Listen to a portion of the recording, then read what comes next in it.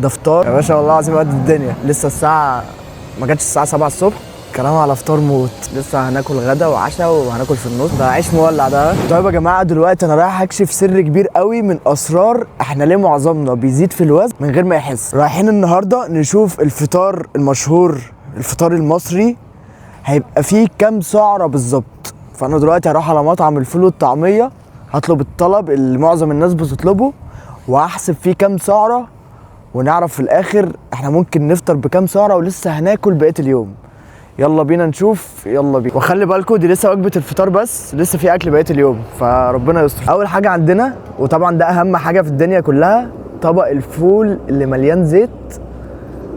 من الاخر الطبق ده بيبقى حوالي 100 جرام، و100 جرام الفول كده من القدرة من غير اي حاجة فيه حوالي 130 كالوري. بس طبعا بقى بالكلام ده كله بالزيت والطحينة والحاجات دي بيوصل ل 450 كالوري، يعني حرفيا 3 اضعافه.